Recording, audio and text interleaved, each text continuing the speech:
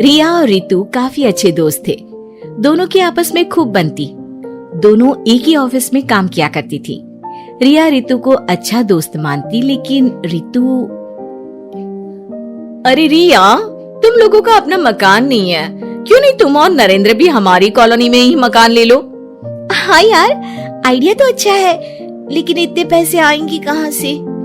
अरे हमारे होते हुए तुम्हें घबराने की जरूरत नहीं है।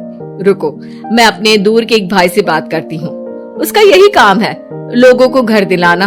थोड़ा सा कमीशन लेता है, लेकिन मार्केट के रेट से कम दामों में घर भी दिला देता है। अरे वाह, तुम अपने भाई से बात करो, मैं नरेंद्र से बात करती हूँ। रितु रिया के जाने के बाद अपने भाई को फोन करती है। अरे भाई, कोई मकान बिक रहा हो तो बताओ, मेरी एक सहेली को चाहिए। अरे है ना, पूरे 40 लाख का है। ओ भाई, ठीक है, फिर मैं उसे 45 लाख का बोलूंगी। दोनों मिलकर 5 लाख का आधा आधा बांट लेंगे, ठीक है? रितु रिया को मकान दिला देती है, लेकिन एक दिन उसका नया मकान देखने नरेंद्र की बहन आती है। अरे भैया, मकान तो अच्छा है, कितने का लिया? तुम्हारी भाभी की सहेली ने दिलवाया है, बड़ा ही ठीक रेट में मिल गया नीरू, सिर्फ 45 लाख का। तभी नीरू का पति बोलता है, नरेंद्र, ये तो बहुत महंगा है। मेरे दोस्त ने भी यही मकान सिर्फ 38 लाख में लिया है। चलो मैं तुम्हें उनके घर ले चलता हूँ। दोनों नरेंद्र की जीजाजी के दोस्त के घर जाते हैं, जहाँ उन्हें रितु का भाई मिल जाता है। क्या बात है, आपने हमें धोखे से महंगा मकान बेचा है। पता है कितनी मेहनत की कमाई का पैसा है। अब ये तो आप उन मैडम से पूछे जिन्होंने आपको ये मकान दिलाया है, उनके कहने पर ही मैंने ये रेट लगाया था। अब नरेंद्र को रिया पर गुस्सा आ जाता है। वो रिया को कहता है, रिया, तुम्हारी सहेली रितु तो एक नंबर की चालबाज और धोखेबाज निकली। मैंने उसके कहने पर इस मकान के 7 लाख ज्यादा खर्च किया है। रिया को भी नरेंद्र की बात सही लगती है। वो चुप हो जाती है। अगले दिन रितु रिया से मिलती है। रितु, मुझे तुझसे ये उम्मीद नहीं थी। तुमने 38 लाख का मकान 45 लाख में हमें बिकवा दिया। रितु अपनी पोल खुलती देख जोर जोर से रोने लगती है।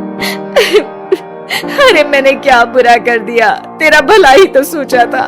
अरे तुझे उस प्रॉपर्टी डीलर की बात पर भरोसा है, लेकिन अपनी सहेली पर नहीं। रिया को रितु के आंसू सच्चे लगते हैं और वो उसे शांत करती है। अरे अच्छा, शांत हो जा, चुप हो जा। सॉरी, हम लोगों की ही गलती है। हमें मार्केट में पहले रेट पता कर लेना चाहिए था। चल सॉरी। अब रितु आए दिन लोगों से रिया के पीठ पीछे बुराई किया करती थी। रितु अपनी ही दूसरी ऑफिस के सहयोगी से कहती है, अरे ये रिया भले ही मेरी अच्छी दोस्त हो, लेकिन एक नंबर की कंजूस है ये। कभी कुछ खाने जाओ तो पैसा मुझे ही भरना पड़ता है। तभी वहाँ रिया आ जाती है। अरे रितु, सॉरी यार, वो कल के खाने के पैसे तुझे देने पड़े, चेक कर ले। अब मैंने तुझे पेटीएम कर दिया है। अच्छा चल, मैं जा रही हूँ, रिजाइन जो दे रही हूँ, बाद में बात करते हैं। रिजाइन? क्यों? तूने अपनी बेस्ट फ्रेंड यानी मुझे भी नहीं बताया, क्यों? अरे नहीं यार, ऑल सडन प्लान बना। दरअसल ये नया घर का ईएमआई निकालनी काफी मुश्किल हो रही है, तो सोचा घर पर ही कोई बिजनेस कर लूं। अब इतनी थोड़ी सी कमाई में हो नहीं पा रहा है ना।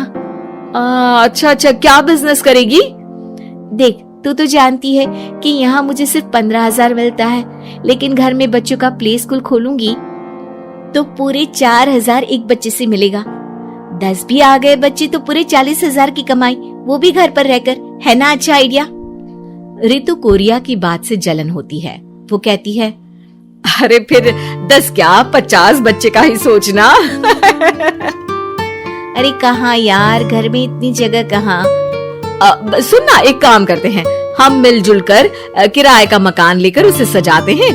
फिर ज्यादा कमरे होंगे तो ज्यादा बच्चे आ सकेंगे ना। हाँ, लेकिन मैं एक बार नरेंद्र से पूछ लेती हूँ। रिया नरेंद्र को सारी बात बताती है। देख लो रिया, मुझे तुम्हारी इस सहेली में जरा सा भी विश्वास नहीं है।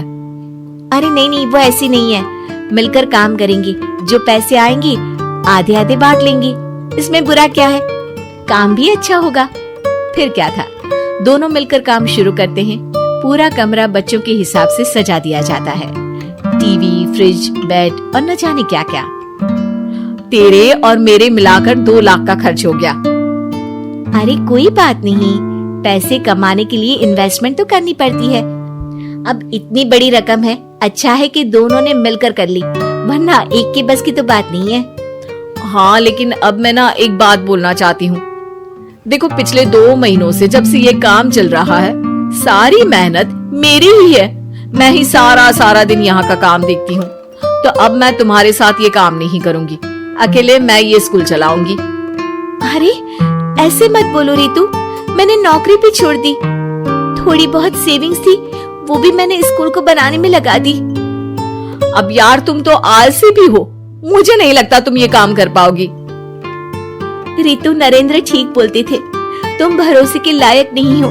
ये मेरी गलती है कि मैंने तुम पर विश्वास किया। अच्छा जी, तो गलती की ना।